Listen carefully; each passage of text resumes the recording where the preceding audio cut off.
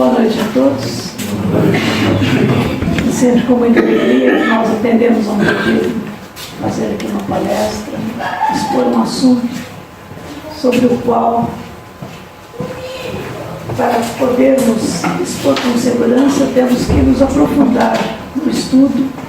Isso é sempre uma oportunidade que temos para melhorar os nossos conhecimentos dentro da doutrina. O aborto à luz do Espiritismo é o nosso assunto de hoje. E nós não pretendemos aprofundar mais a culpa de quem quer que sinta essa culpa por já ter praticado um aborto. Nós sabemos que, infelizmente, é muito comum, não só no Brasil, como em todos os países onde o aborto não é permitido por lei, ele continua sendo praticado pelas mais diversas razões. E não é novidade para ninguém que a doutrina espírita, como todas as outras religiões, como já foi dito no texto, não aprova o aborto.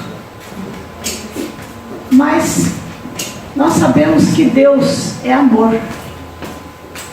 E a doutrina espírita nos esclarece também que não existe condenação eterna para os espíritos, mesmo aqueles que tenham praticado os mais hediondos crimes. Então nós vamos, além de abordar os aspectos legais, naturais dentro da doutrina, nós vamos também dar uma esperança àquelas pessoas que por acaso já tenham praticado aborto na sua vida. Então,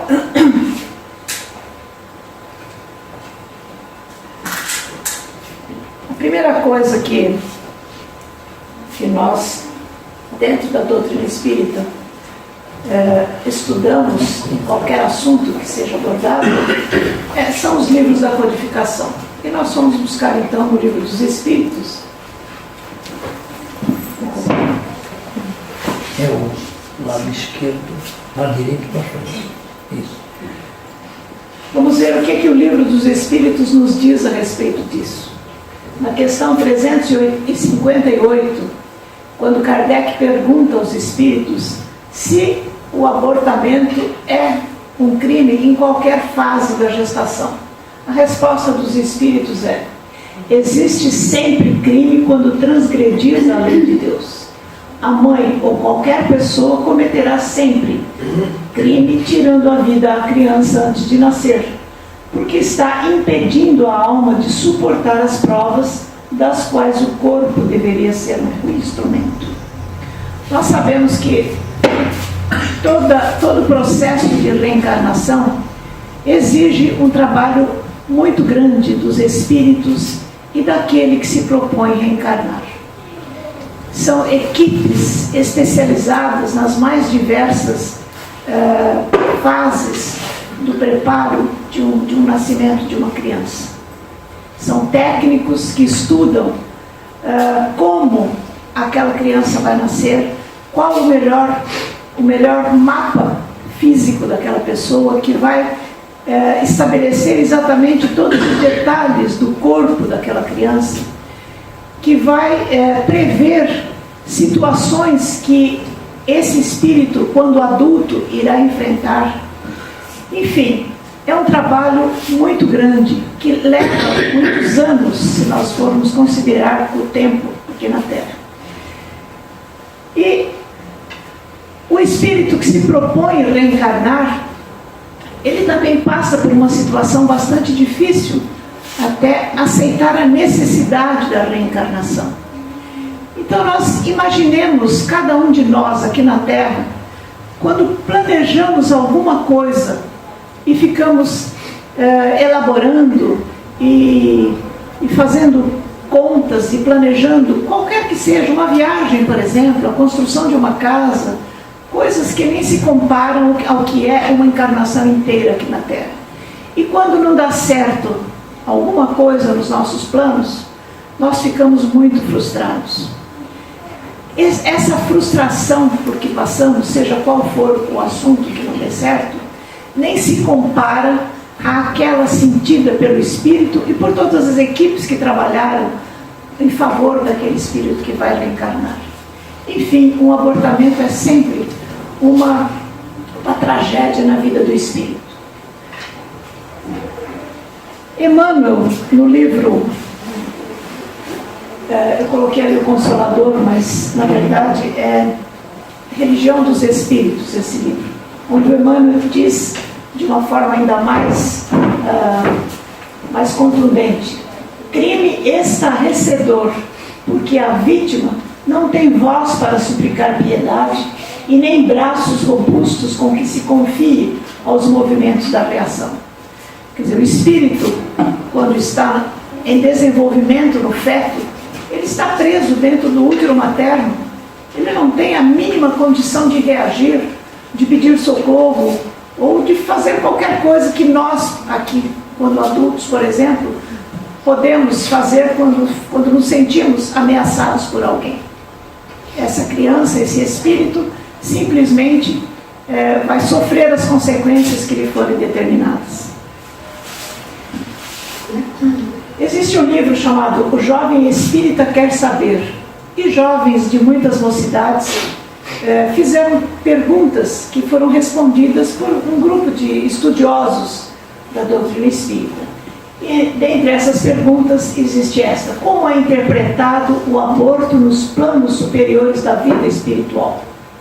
A resposta é: o aborto provocado, mesmo diante de regulamentos humanos que o permitem, é um crime perante as leis de Deus. Sabemos que muitos países aprovam legalmente o aborto.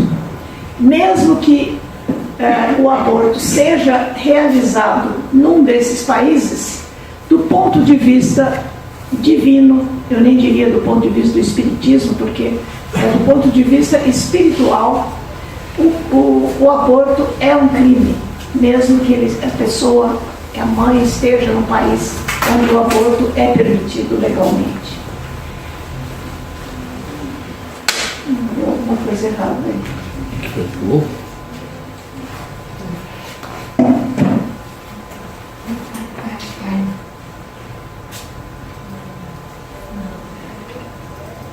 Apertou. Cadê que eu ia passar aqui?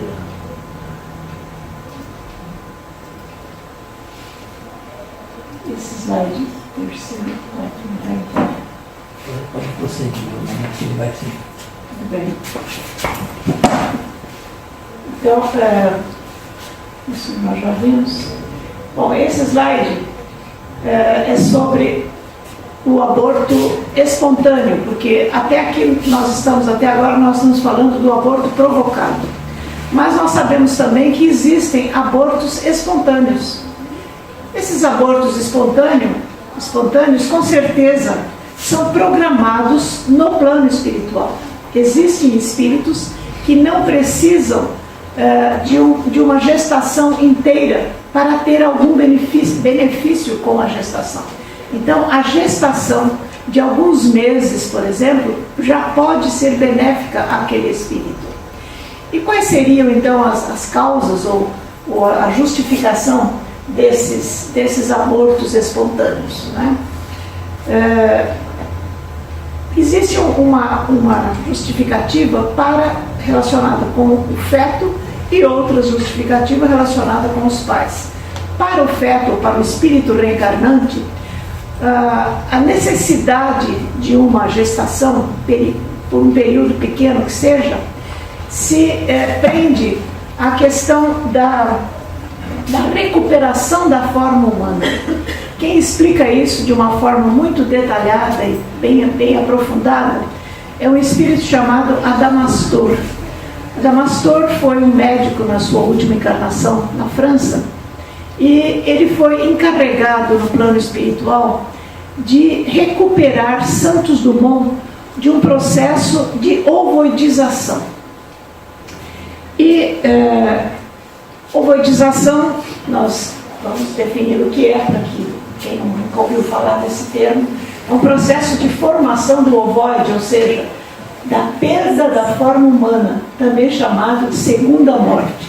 Isso acontece geralmente com espíritos que suicidaram na última reencarnação e que chegam no plano espiritual e se surpreendem com a continuação da vida.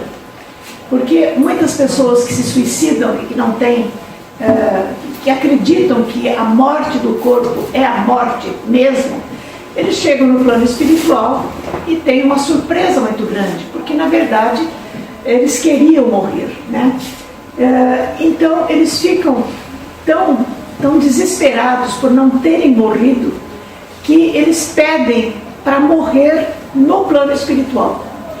E é muito difícil que nós saibamos disso, né? Eu mesmo levei muito tempo para entender isso, porque como é que pode um espírito querer morrer?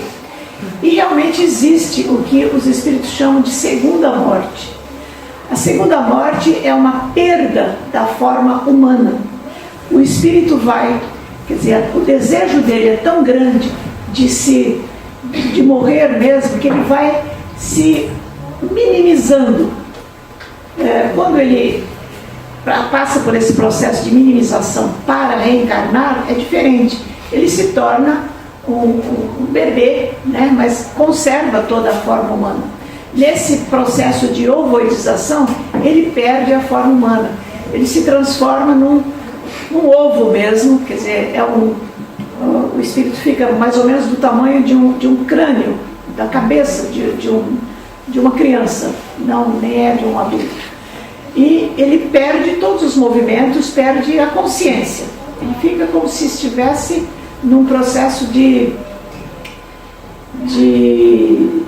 como se não estivesse no estado de coma. Mas isso é um processo periódico. O espírito pode ficar centenas de anos nesse estado de ovoide, mas um dia ele vai sair desse estado. E acontece não só com espíritos que querem morrer novamente porque pensam que não foram bem-sucedidos no seu suicídio, né, no autocídio, mas também com espíritos que têm um desejo de vingança muito grande, espíritos que se sentiram muito prejudicados durante a sua última encarnação e que no plano espiritual desejam tanto se vingar que trazem para si mesmo essas energias negativas e acabam sofrendo esse processo de ovoidização também. E Santos Dumont, quando se suicidou, não é? Todos sabem pela história que Santos Dumont se suicidou. Apenas a história que a vida nos conta diz que Santos Dumont se suicidou porque ficou muito triste, porque o avião que ele havia inventado estava sendo usado para a guerra. E na verdade não foi bem isso que aconteceu, né? Esse livro, que chama Ícaro Redimido, escrito por Adamastor, esse espírito, e através de um médium, Gilson Freire, de Belo Horizonte, lá Santos Dumont mesmo em espírito, numa determinada fase da sua história, ele mesmo conta que o que o fez decidir pelo suicídio foi o orgulho. Quer dizer, ele ainda, quando diz isso, nem tem consciência do tamanho do seu orgulho. Mas ele se suicidou porque não estava tendo a valorização que ele esperava, né? Quer dizer, o personalismo dele não estava sendo atendido, porque na mesma época que ele inventou, ou melhor, um pouco depois que ele criou o 14 bis, por exemplo, dois americanos, os irmãos Wright, também criaram um protótipo de avião. E nessa época, esses irmãos Wright estavam sendo muito mais ovacionados no mundo inteiro. E Santos Dumont ficou tão deprimido que resolveu se suicidar. Bom, então no plano espiritual ele realmente estava, assim, a revolta dele pelo orgulho, pela arrogância dele era tão grande que ele estava num processo, passando por um processo de ovoidização mesmo. Então Adamastor, esse espírito, foi encarregado de recuperar, de trazer Santos Dumont à forma humana novamente. Mais tarde ele mesmo conta, Adamastor percebe por que isso aconteceu. Eles tinham ligação no passado de outras encarnações. Mas, então, a gestação foi um dos recursos que Adamastor utilizou para que Santos Dumont recuperasse a forma humana. Ele teve que usar muitas outras estratégias, mas essa foi fundamental. E Catherine, que foi o espírito, a mulher encarnada aqui na Terra, que foi escolhida para a gestação de Santos Dumont, ela foi consultada durante as horas de sono e ela concordou com a gestação, concordou em engravidar de Santos Dumont, mas quando desperta, ela naturalmente não se lembrava e resolveu praticar o aborto. Ela tinha ligações do passado com Santos Dumont também. Os espíritos fazem isso naturalmente em respeito à pessoa. Nenhuma mãe vai receber um filho numa gestação, mesmo que seja periódica, né? Mesmo que vá acontecer um abortamento espontâneo, essa mãe é sempre consultada. E ela concordou no plano espiritual. Mas depois, enquanto acordada, resolveu praticar o aborto. Mas 3 meses de gestação foram suficientes para que Santos Dumont recuperasse a forma humana. Mas Catherine acabou desencarnando nesse abortamento de uma hemorragia muito forte e, infelizmente, isso não estava no programa dela, mas com certeza só o fato dela ter concordado com isso já foi um benefício para ela mesma, espiritualmente. E para Santos Dumont foi indispensável para que ele não se tornasse um ovoide. Mas a culpa é uma coisa muito comum entre as mulheres que abortam. Geralmente a mulher é que se sente culpada, mas embora a gente saiba que não são só as mulheres que são responsáveis por um aborto, né? Mas vamos ver a questão da culpa. Ali ficou muito escuro, não dá para ver, mas deixa eu, se eu quiser apagar o último slide, eu desculpa. Como apagar? Quer voltar? Eu quero voltar. Volta, você dá para trás, dá para respirar. Então, a culpa, embora seja uma coisa muito comum entre as pessoas que provoquem aborto, quem esteve aqui a semana passada e assistiu a palestra da nossa companheira Yara sobre a culpa, teve uma oportunidade de entender bem como é que funciona a culpa, porque foi uma palestra realmente muito importante. Nós vamos abordar a culpa só relacionada com o aborto. Quando nós sentimos culpa, existem 2 caminhos para sair da culpa. Um deles é o remorso, que está meio apagado aqui, porque está em vermelho. E o outro é o arrependimento. O remorso, infelizmente, é muito mais comum. Muito mais pessoas culpadas escolhem ou se direcionam para o caminho do remorso do que aquelas que se direcionam para o arrependimento. Mas nós vamos ver a diferença entre um e outro caminho. O caminho do remorso nos leva para o sofrimento, porque o remorso nos faz pensar no motivo da culpa de uma forma constante. Quase que 24 horas por dia nós ficamos remoendo aquela atitude que tivemos, da qual nos sentimos culpados. O sofrimento nos leva à depressão ou a outras doenças. Se nós formos analisar um número muito grande de casos de câncer do útero, se prende ao abortamento, se não desta encarnação, em encarnações anteriores. Então, a culpa da mãe que abortou e que leva a doenças muitas vezes fatais. O caminho do arrependimento é um caminho, não vamos dizer que seja um caminho suave, é um caminho muito difícil também, porque o arrependimento, ele convive com a culpa. Muitas vezes a pessoa se arrepende e depois sente culpa, e depois passa pelo remorso. E muitas vezes o arrependimento vem depois da culpa, mas ele é um caminho em que nós temos muito mais chance de, vamos dizer assim, não estacionar, não perder tempo em relação à nossa evolução espiritual. Porque cada encarnação aqui na Terra representa uma oportunidade de crescimento espiritual. E quando a gente perde tempo, vamos dizer assim, nesse caminho do remorso, muitas vezes nós precisamos começar de novo, fazer tudo aquilo numa outra encarnação, porque não aproveitamos a oportunidade. O arrependimento, pelo menos, é um caminho em que nós estaremos trabalhando pela nossa redenção, vamos dizer assim, pela nossa evolução espiritual. Nesse caminho existe a gratidão, que nos ajuda muito.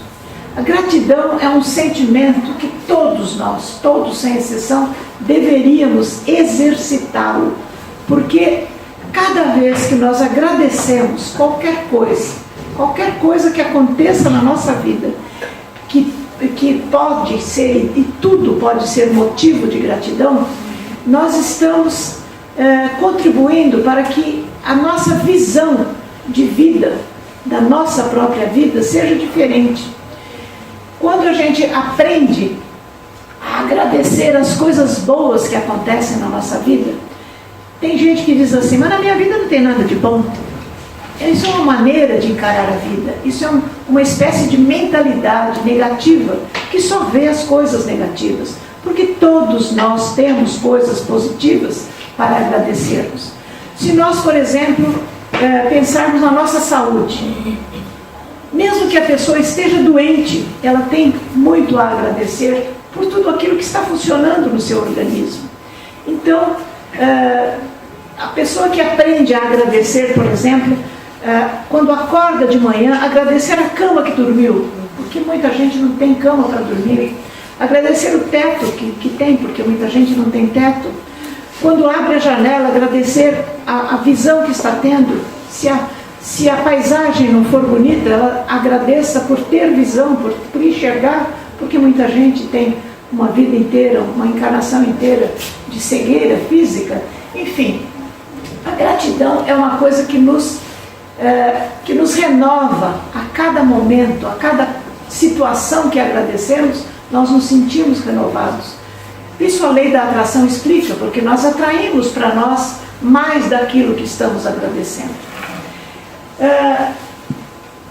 O arrependimento envolve também o auto-amor, e auto-amor envolve o auto-perdão.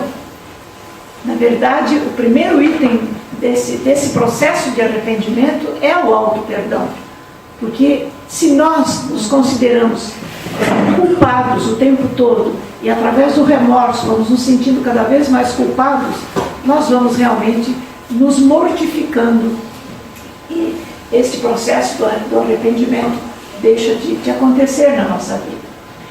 E através desse processo todo nós vamos atingir o prazer de viver, que é o que todos nós almejamos.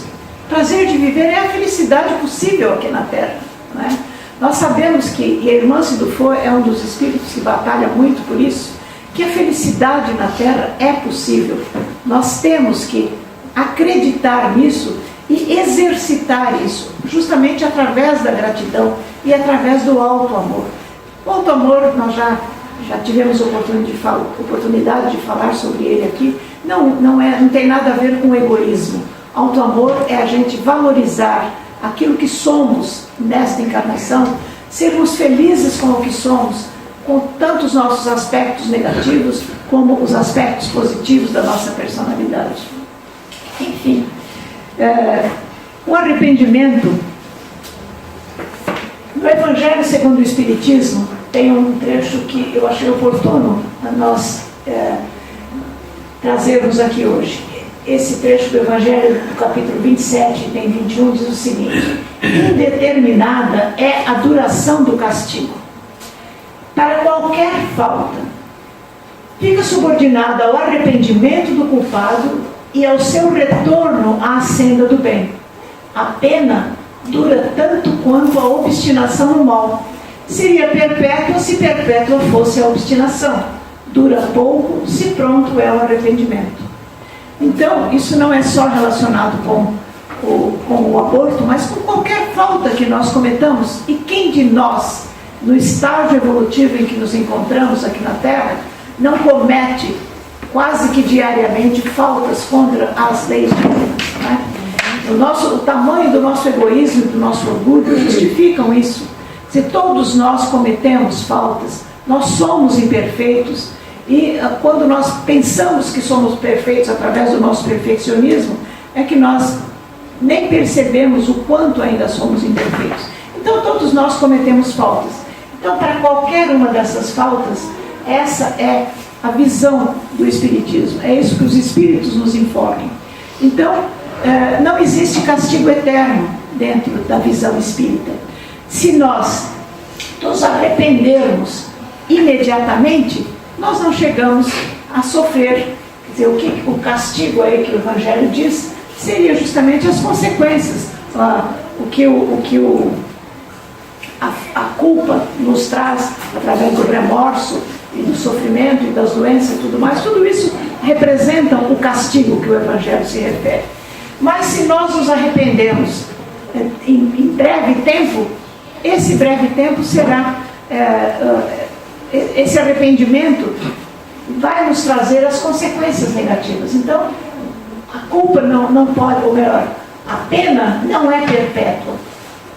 Ela pode durar milênios. Para alguns espíritos que a literatura espírita nos mostra, não é? Existem espíritos que estão realmente sofrendo há séculos e até há milênios, porque estão obstinados no mal, na vingança, por exemplo.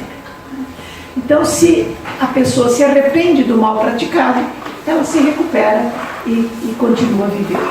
Ela vai, todas as faltas que nós cometemos têm um preço. Não quer dizer que se nós nos arrependemos hoje, amanhã já teremos resgatado tudo. Não existe o perdão imediato. Quer dizer, a nossa própria consciência muitas vezes cobra, muitas vezes não, ela cobra mesmo. Quer dizer, tudo que nós passamos por causa das faltas cometidas são consequências que nós mesmos atraímos, porque a nossa consciência nos leva a isso. Não que Deus castiga, esse castigo não tem nada a ver com Deus. Quer dizer, o castigo é a consequência da nossa própria falta que está na nossa consciência. Nesse livro Ícaro Redimido, Adamastor coloca isso. Os homens também realizam abortos e podem se responsabilizar muito mais pelo ato impensado do que as mulheres.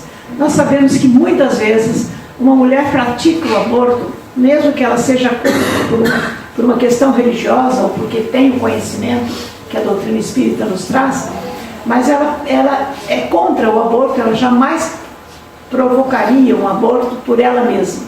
Mas, às vezes, a família exige. Por exemplo, uma adolescente que engravida, se a família diz, se você engravidar, você pode esquecer da sua família, quer dizer, ela vai ser expulsa de casa.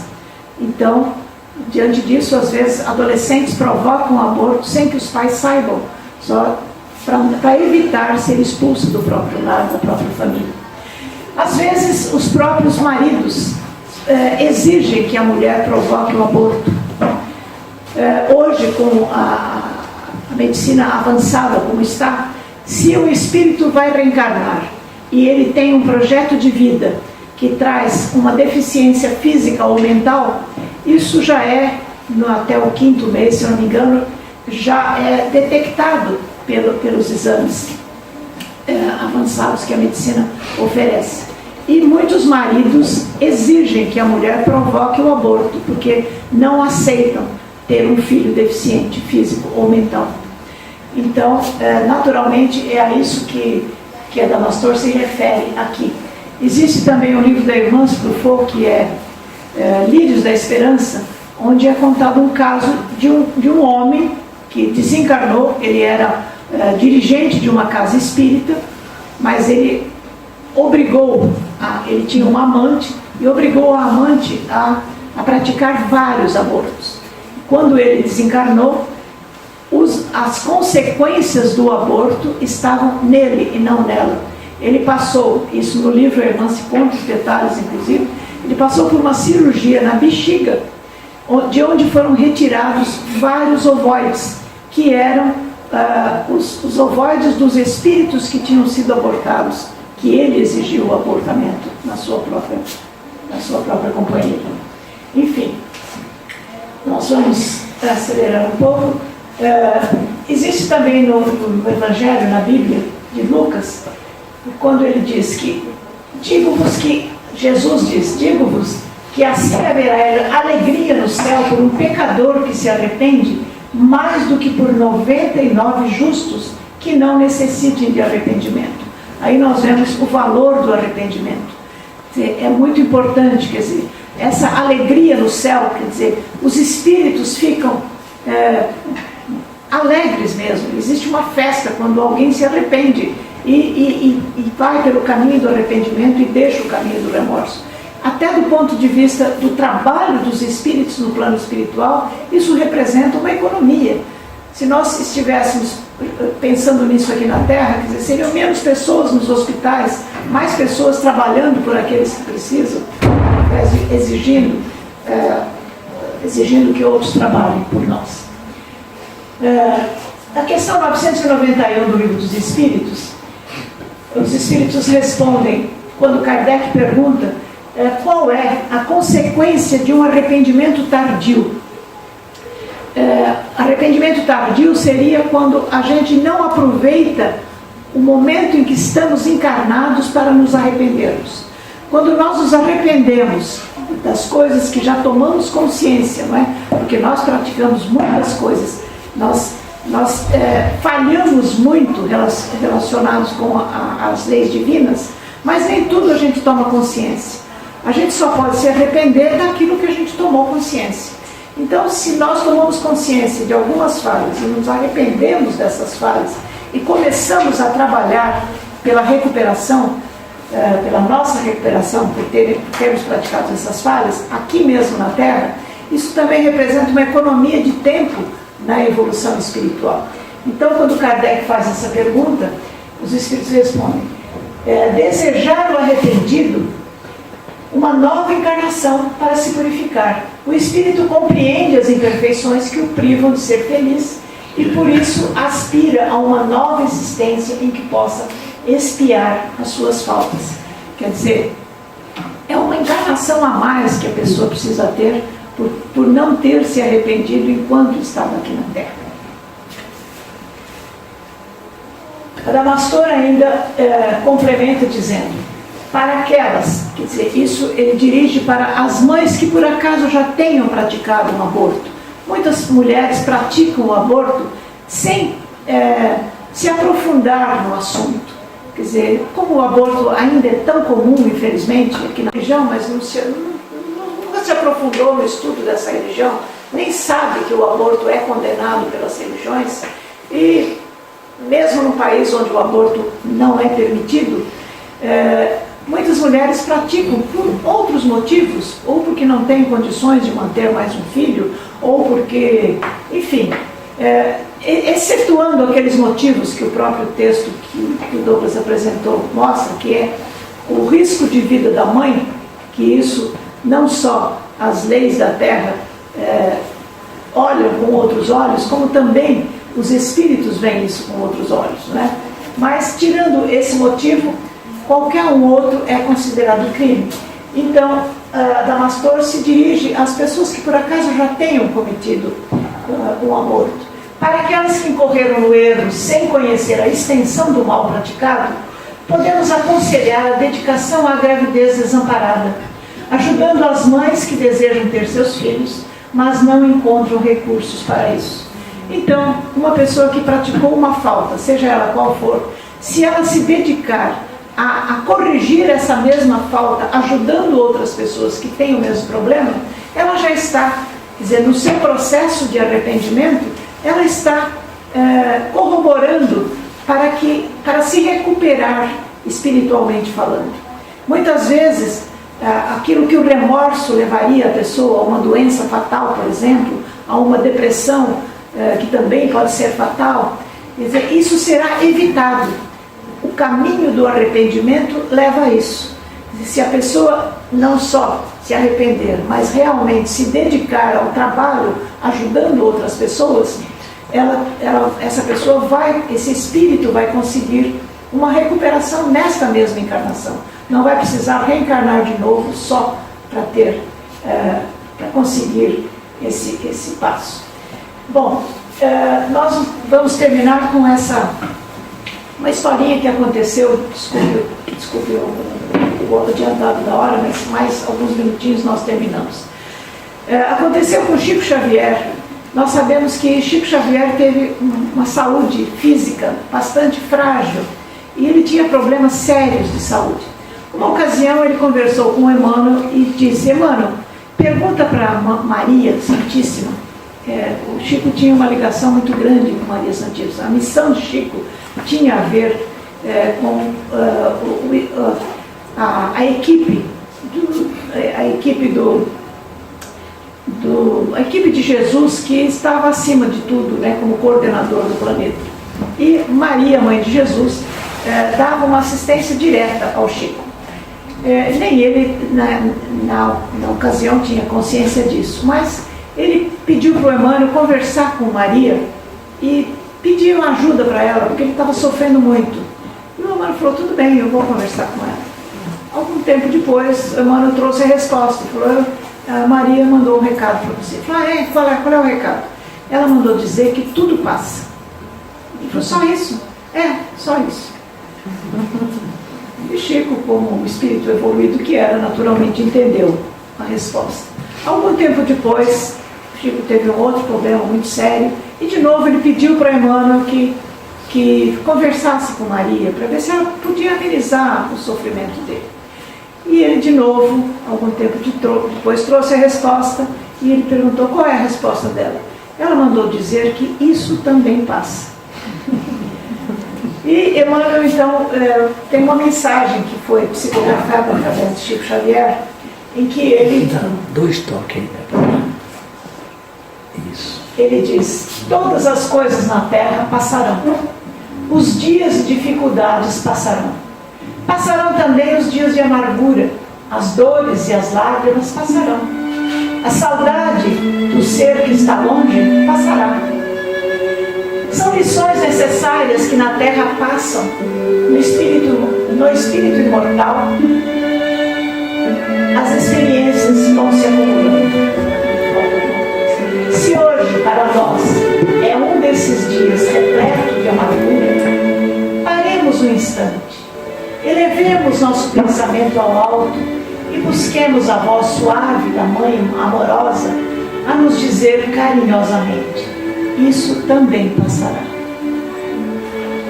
A bibliografia que nós utilizamos: Evangelho dos Espíritos, Religião dos Espíritos, os livros da Irmãs, Prazer de Viver, os livros da Esperança, Mereça Ser Feliz, e o livro de Adamastor, Ícaro Redimido.